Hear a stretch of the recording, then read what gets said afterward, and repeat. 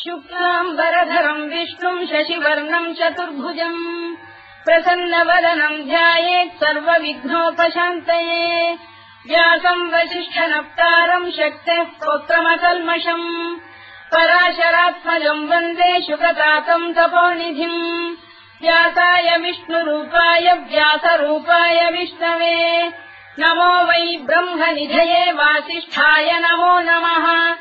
अविकाराय शुद्धाय नित्याय परमात्मने सदैकरूपरूपाय विष्णवे सर्वजिष्णवे यस्य स्मरणमात्रेण जन्म संसारबन्धनात् विमुच्यते नमस्तस्मै विष्णवे प्रभविष्णवे ॐ नमो विष्णवे प्रभविष्णवे श्रीवैशम्पायन उवाच श्रुत्वा धर्मानशेषेण पावनानि च सर्वशः युधिष्ठिरः शान्तनवम् पुनरेवाभ्यभाषत युधिष्ठिर उवाच किमेकम् दैवतम् लोके किम् वाप्येकम् परायणम् स्तुवन्तः कङ्कमर्चन्तः प्राप्नुयुर्मानवा शुभम् को धर्मः सर्वधर्माणाम् भवतः परमो मतः किम् जपन्मुच्यते जन्तुर्जन्म संसारबन्धनात् श्रीभीष्म उवाच जगत्प्रभुम् देवदेवमनन्तम् पुरुषोत्तमम् स्तुवन्नाम सहस्रेण पुरुषस्तततोत्थितः तमेव चार्चयन् नित्यम् भक्त्या पुरुषमव्ययम् ध्यायम् स्तुवन् नमस्यम् च यजमानस्तमेव च अनादिनिधनम् विष्णुम् सर्वलोकमहेश्वरम्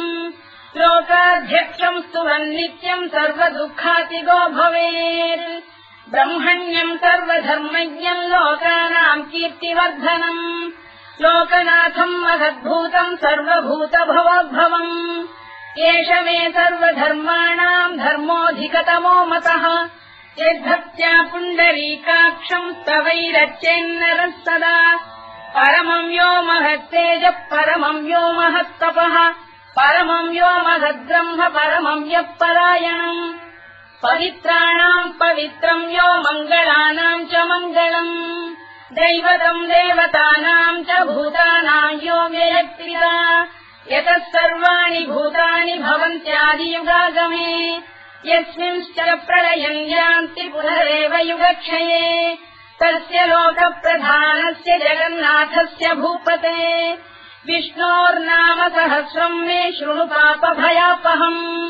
यानि नामानि गौणानि विख्यातानि महात्मनः ऋषिभिः परिगीतानि तानि वक्ष्यामि भूतये ऋषिर्नाम्नाम् सहस्रस्य वेदव्यासो महामुनिः छन्दोऽनुष्टुप् तथा देवो भगवान् देवकीसुतः अमृतांशुद्भवो बीजम् शक्तिर्देवकीनन्दनः त्रिसामाहृदयम् तस्य शान्त्यर्थे विनियुज्यते विष्णुम् जिष्णुम् महाविष्णुम् प्रभविष्णुम् महेश्वरम् अनेकरूपदैत्यान्तम् नमामि पुरुषोत्तमम् अस्य श्रीविष्णोर्दिव्यसहस्रनामस्तोत्रमहामन्त्रस्य श्रीवेदव्यासो भगवान् ऋषिः अनुष्टुप्छन्दः श्रीमहाविष्णुः परमात्मा श्रीमन्नारायणो देवता अमृतांशोद्भवो भानुरिति बीजम् देवकीनन्दन श्रेष्ठेति शक्तिः उद्भवः क्षोभणो देव इति परमो मन्त्रः धर इत्यस्त्रम् रथाङ्गपाणिरक्षोभ्य इति नेत्रम् त्रिसामासामजः सामेति कवचम् आनन्दम् परब्रह्मेति योनिः ऋतुः सुदर्शनकाल इति दिग्बन्धः श्रीविश्वरूप इति ध्यानम् श्रीमहाविष्णुप्रीत्यर्थे सहस्रनाम जपे विनियोगः ध्यानम् क्षीरोदङ्गप्रदेशे शुचिमणिविलसत्सैकते मौक्तिकानाम्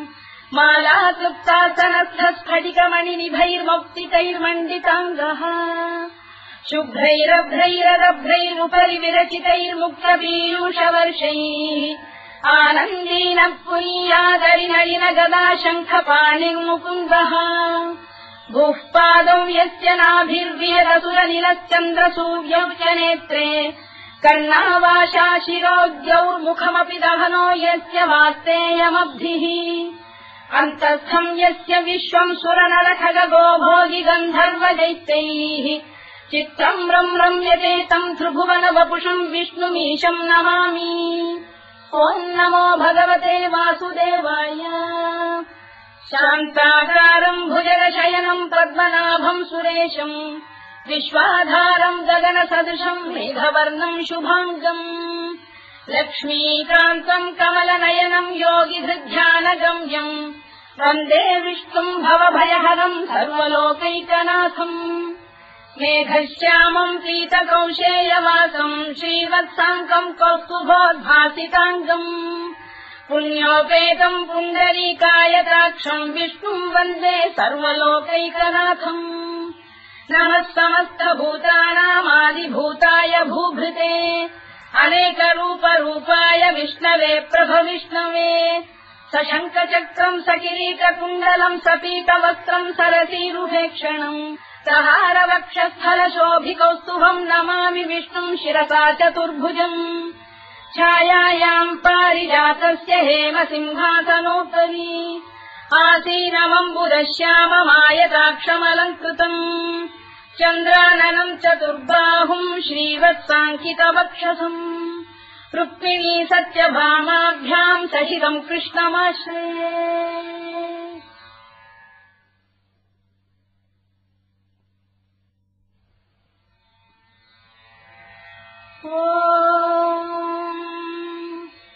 विश्वम् विष्णुर्वषत्कारो भूतभव्य भवत्प्रभुः भूतकृद्भूतभृद्भावो भूतात्मा भूतभावनः भूतात्मा परमात्मा च मुक्तानाम् परमागतिः अव्ययः पुरुषः साक्षी क्षेत्रज्ञोऽक्षर एव च योगो योगविदाम् नेता प्रधानपुरुषेश्वरः नारसिंहवपुः श्रीमान् केशवः पुरुषोत्तमः सर्वः शर्वः शिवस्थाणुर्भूतादिर्निधिरव्ययः सम्भवो भावनो भर्ता प्रभवः प्रभुरीश्वरः स्वयम्भूः शम्भुरादित्यः पुष्कराक्षो महास्वनः अनादिनिधनो धाता विधाता धातुरुत्तमः अप्रमेयो ऋषिकेशः पद्मनाभोऽमरप्रभुः विश्वकर्मा मनुस्पष्टा स्थविष्ठस्थविरो ध्रुवः अग्राह्यः शाश्वतः कृष्णो लोहिताक्षप्रदर्दनः प्रभूतस्त्रिकसुधाम पवित्रम् मङ्गलम् परम् ईशानप्राणदप्राणो ज्येष्ठः श्रेष्ठः प्रजापतिः हिरण्यगर्भो भूगर्भो माधवो मधुसूदनः ईश्वरो विक्रमी धन्वी मेधावी विक्रमक्रमः अनुत्तमो दुराधर्षः कृतज्ञकृतिरात्मवान् सुरेशः शरणम् शर्म विश्वरेता प्रजाभवः अधः संवत्सरो व्यालप्रत्ययः सर्वदर्शनः अजः सर्वेश्वरः सिद्धः सिद्धिः सर्वादिरच्युतः वृषाकपिरमेयात्मा सर्वयोगविनिःसृतः वसुर्वसुमनः सत्यः समात्मा संविदः समः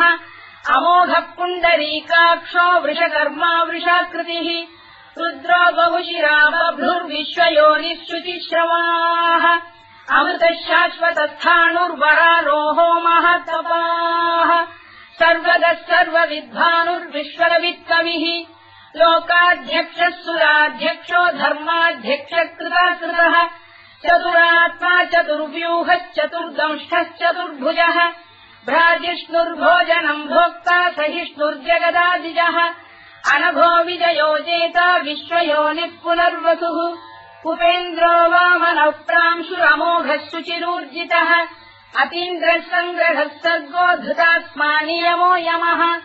वेद्यो वैद्यः सदा योगी वीरः माधवो मधुः अतीन्द्रियो महामायो महोत्साहो महाबलः महाबुद्धिर्महावीर्यो महाशक्तिर्महाद्युतिः अनिर्देश्य वपुः श्रीमान् अमेयात्मा महात्रिधृत् महेश्वासो महीभर्ता श्रीनिवासः सताङ्गतिः अनिरुद्धः सुरानन्दो गोविन्दो गोविदाम्पतिः मरीचिर्दमनो हंसः सुपर्णो भुजगोत्तमः हिरण्यनाभः सुतपाः पद्मनाभः प्रजापतिः अमृत्युः सर्वदृक्सिंहः सन्धाता सन्धिमान् स्थिरः अजो दुर्मर्शनशास्ता विश्रुतात्मा सुरारिः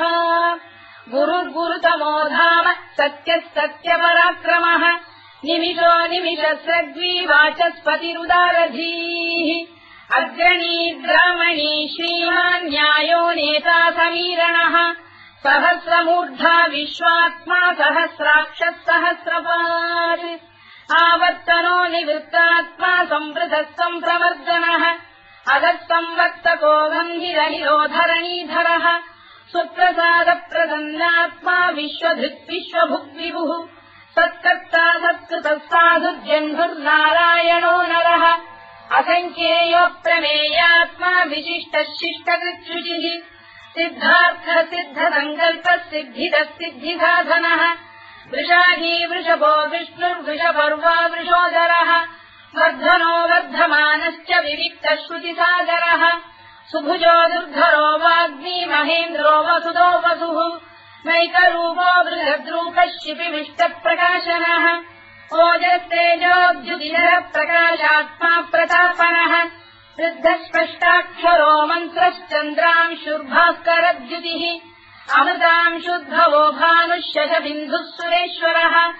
औषधम् जगतः सेतुः सत्यधर्मपराक्रमः भूतभव्यभवन्नाथः पवनः पावनो नरः कामः कामकृत्कान्तः कामः कामप्रदप्रभुः युगादिकृद्युगापत्तो नैकमायो महाशनः अदृश्यो व्यक्तरूपश्च सहस्रजिदनन्तजित् इष्टो विशिष्टः शिष्टेष्टः शिखण्डी नभुषो वृषः क्रोधः क्रोधकृत्कर्ता विश्वबाहुर्महीधरः अच्युतः प्रतिथः प्राणदो वासवानुजः अपाम् निधिरधिष्ठानमप्रमत्तः प्रतिष्ठितः स्कन्दः स्कन्दधरो धुर्यो वरदो वायुवाहनः वासुदेवो बृहद्भानुरादिदेवः पुरन्दरः अशोकस्तारणस्तारः शूरः शौरिर्जनेश्वरः अनुकूलश्च तावर्तः पद्मी पद्मनिभेक्षणः पद्मनाभोरविन्दाक्षः पद्मगर्भः शरीरभृत् महर्भिर्वृद्धो वृद्धात्मा महाक्षो गरुडध्वजः अतुलशरभो भीमः समयज्ञो हविर्हरिः सर्वलक्षणलक्षण्यो लक्ष्मीवान् समितिञ्जयः विक्षरो रोहितो मार्गो हेतुर्दामोदरः सः महीधरो महाभागो वेगवानमिदाशनः उद्भवः क्षोभणो देवः श्रीगर्भः परमेश्वरः करणम् कारणम् कर्ता विकर्ता गहनो गुहः व्यवसायो व्यवस्थानः संस्थानस्थानदो ध्रुवः परधिः परमस्पष्टः तुष्टः पुष्टः शुभेक्षणः रामो विरामो विरतो मार्गो नेयोनयोनयः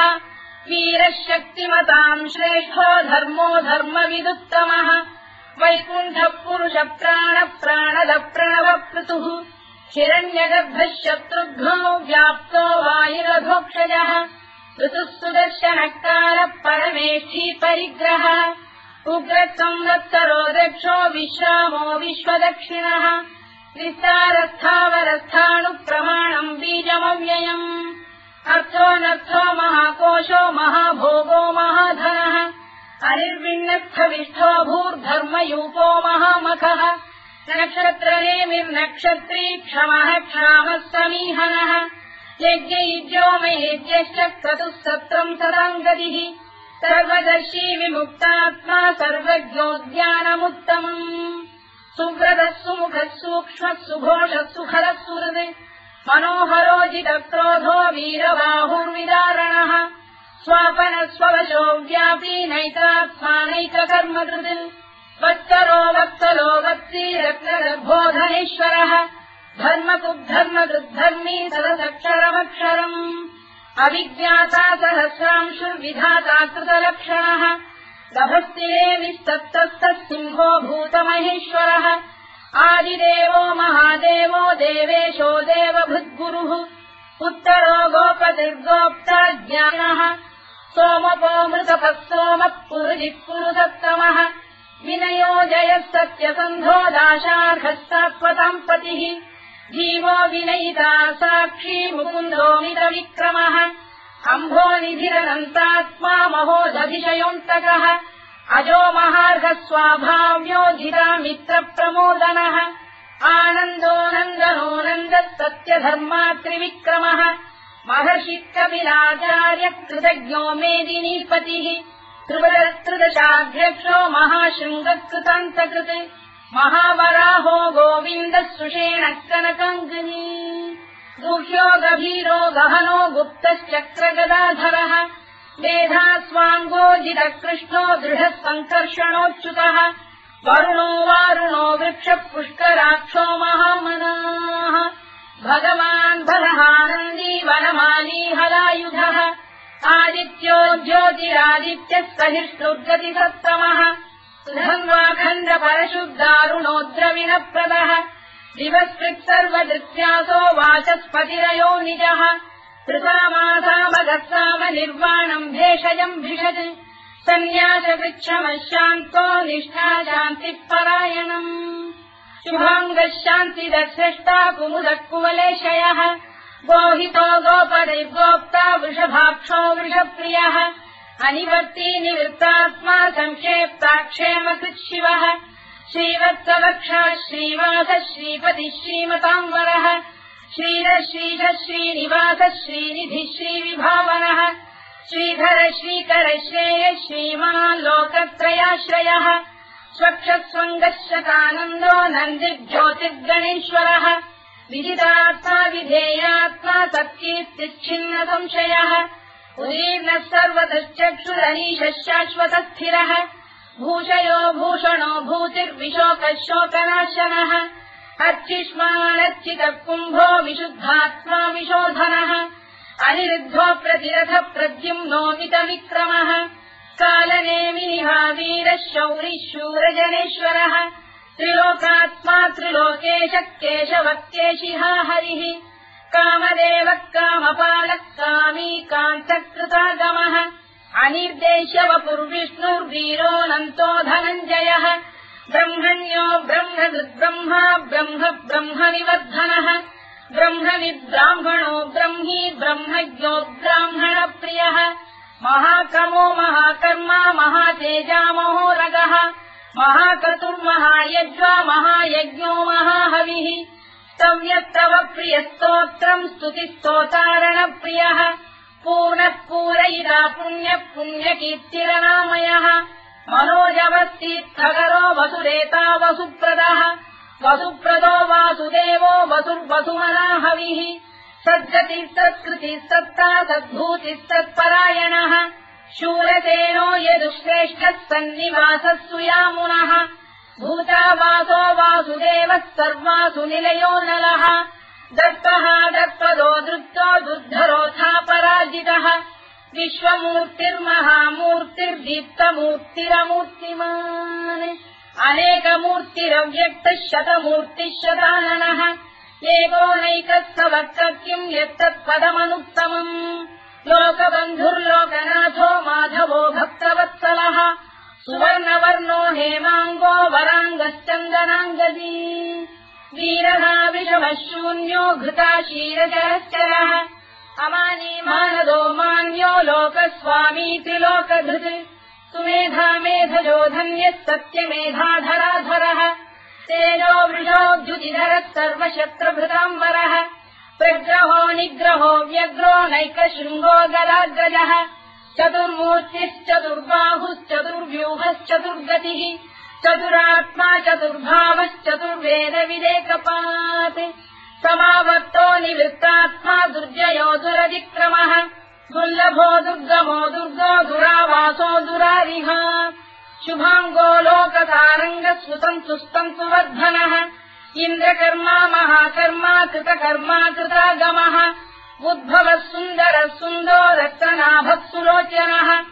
अल्पो वाजसनः शृङ्गी जयन्तः सर्वविद्ययी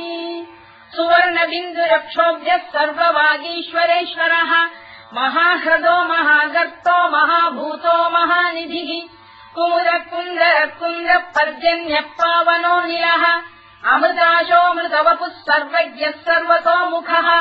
सुलभः सुव्रतः सिद्धः शत्रुजिच्छत्रुतापनः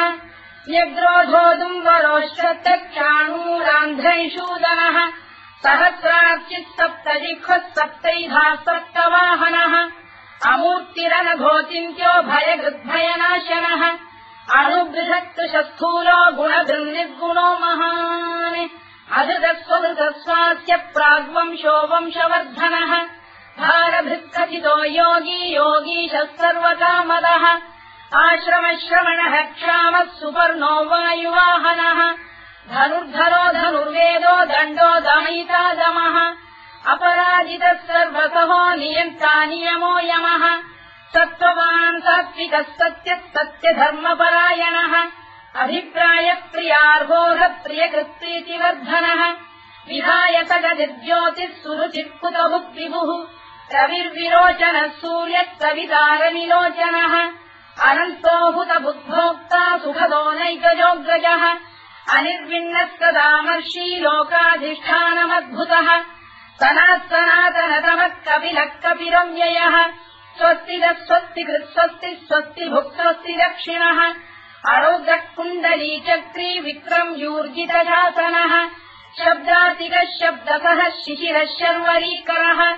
अक्रूरप्रेशलो दक्षो दक्षिणः क्षमिणाम्बरः विद्वत्तमो वीतभयः पुण्यश्रवणकीर्तनः उत्तारणो दुष्कृतिः पुण्यो दुःस्वप्ननाशनः वीरः रक्षणः सन्तो जीवनः पर्यवस्थितः अनन्तरूपोऽनन्तश्रीर्जितमन्युर्भयापहः चतुरश्रो गभीरात्मा विदिशो व्यादिशो दिशः अनाधिर्भूर्भुवो लक्ष्मी सुवीरो रुचिराङ्गदः जननो जनजन्मादिर्भीमो भीमपराक्रमः आधारनिलयो धाता पुष्पहासप्रजागरः ऊर्ध्वरः सत्त्वथाचार प्राणः प्रणवप्रणः प्रमाणम् प्राणनिलय प्राणभृत्प्राणजीवनः तत्त्वम् तत्त्वविदेकात्मा जन्ममुत्युजरातिगः भूर्भुवः स्वस्तरुस्तारः सविता प्रपितामहः यज्ञो यज्ञपतिर्यज्वा यज्ञाङ्गो यज्ञवाहनः यज्ञभृद्यज्ञकृद्यज्ञी यज्ञभुक्यज्ञसाधनः यज्ञान्तकृद्यज्ञगुह्यमन्नमन्नाद एव च आत्मयोनिः स्वयम् जातो वैखानः सामगायनः देवकीनन्दनः स्रष्टा क्षितीशः पापनाशनः शङ्खबृन्नन्दकी चक्रीशाङ्गधन्वा गदाधरः तथाङ्गपाणिरक्षोभ्यः सर्वप्रहरणायुधः सर्वप्रहरणायुध ओम् नम इति परमाली गरीशाङ्गी शङ्खी चक्री च नन्दकी श्रीमान्नारायणो विष्णुर्वासुदेवोऽभिरक्षतु वनमाली गरीशाङ्गी शङ्खी चक्री च नन्दकी श्रीमान्नारायणो विष्णुर्वासुदेवोऽभिरक्षतु वनमाली गरीशाङ्गी शङ्खी चक्री च नन्दकी श्रीमान्नारायणो विष्णुर्वासुदेवोऽभिरक्षतु इतीदम् कीर्तनीयस्य केशवस्य महात्मनः नाम्नाम् सहस्रम् दिव्यानामशेषेण प्रकीर्तितम् य इदम् शृणुयाम् नित्यम् यश्चापि परिकीर्तयेत् नाशुभम् प्राप्नुयात् किञ्चित् सोमुत्रेह च मानवः वेदान्तको ब्राह्मणः स्यात् क्षत्रियो विजयी भवेत् वैश्यो धनसमृद्धः स्यात् क्षुद्रः सुखमवाप्नुयात् धर्मार्थी प्राप्नुयात् धर्ममर्थार्थी चार्थमाप्नुयात् कामानवाप्नुयात् कामी प्रजार्थी चाप्नुयात् प्रजाम् भक्तिमान् यः सदोत्थाय शुचिस्तद्गतमानसः सहस्रम् वासुदेवस्य नाम्नामेतत्र कीर्तयेत् यशः प्राप्नोति विपुलम् याति प्राधान्यमेव च अजलाम् श्रियमाप्नोति श्रेयः प्राप्नोत्यनुत्तमम् न भयम् क्वचिदाप्नोति वीर्यम् तेजश्च विन्दति भवत्य रोगोद्युतिमान् बलरूपगुणान्वितः रोगात्तो मुच्यते रोगात् बद्धो मुच्येत बन्धनात् भयान्मुच्येत भीतस्तु मुच्येतापन्न आपदः दुर्गाण्यतितरत्याशु पुरुषः पुरुषोत्तमम् सुवन्नाम सहस्रेण नित्यम् भक्तिसमन्वितः वासुदेवाश्रयो मर्त्यो वासुदेवपरायणः सर्वपापविशुद्धात्मा याति ब्रह्म सनातनम् न वासुदेव भक्तानामशुभम् विद्यते क्वचित् जन्म मृत्युजरा व्याधि भयम् नैवोपजायते इमम् स्तवमधीयान श्रद्धा भक्ति समन्वितः युज्येतात्मसुखक्षान्ति श्रीधृति स्मृति कीर्तिभिः न क्रोधो न च मात्सर्यम् न लोभो न शुभामतिः भवन्ति कृतपुण्यानाम् भक्तानाम् पुरुषोत्तमे द्यौस्तचन्द्रास्तनक्षत्राखम् दिशो भूर्महो दधिः वासुदेवस्य वीर्येण विधृतानि महात्मनः ससुरासुरगन्धर्वम् स यक्षोरगराक्षसम् जगत्वशेवत्ततेदम् कृष्णस्य सचराचरम् इन्द्रियाणि मनो बुद्धिः सत्त्वम् तेजो बलम् धृतिः वासुदेवात्मकान्याहुः क्षेत्रम् क्षेत्रज्ञ एव च सर्वागमानामाचार प्रथमम् परिकल्पते आचार प्रभवो धर्मो धर्मस्य प्रभुरच्युतः ऋषयः देवा महाभूतानि धातवः जङ्गमा जङ्गमम् चेदम् जगन्नारायणोद्भवम् योगो ज्ञानम् तथा साङ्ख्यम् विद्या शिल्पादिकर्म च वेदाः शास्त्राणि विज्ञानमेतत् सर्वम् जनार्दनात् एको विष्णुर्महद्भूतम् पृथग्भूतान्यनेकशः त्रीन् लोकान् व्याप्य भूतात्मा भुङ्क्ते विश्वभुवव्ययः इमम् स्तवम् भगवतो विष्णो व्यासेन कीर्तितम् पठेद्य इच्छेत् पुरुषः श्रेयः प्राप्तुम् सुखानि च विश्वेश्वरमजम् देवम् जगतः प्रभुमव्ययम् भजन्ति ये पुष्कराक्षम् न ते यान्ति पराभवम् ओन्नमयिति अर्जुनोवाच पद्मपत्रविशालाक्ष पद्मनाभसुरोत्तम भक्तानामनुरक्तानाम् त्राता भव जनार्दन श्रीभगवानुवाच यो माम् नाम सहस्रेण स्तोतुमिच्छति पाण्डव सोऽहमेकेन श्लोकेन स्तुत एव न संशयोऽन्नम इति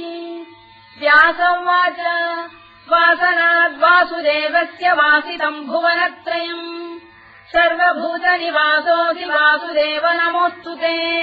वासुदेव नमोऽस्तु ते ओन्नम इति पार्वत्युवाच केनोपायेन लघुना विष्णोर्नाम सहस्रकम् पठ्यते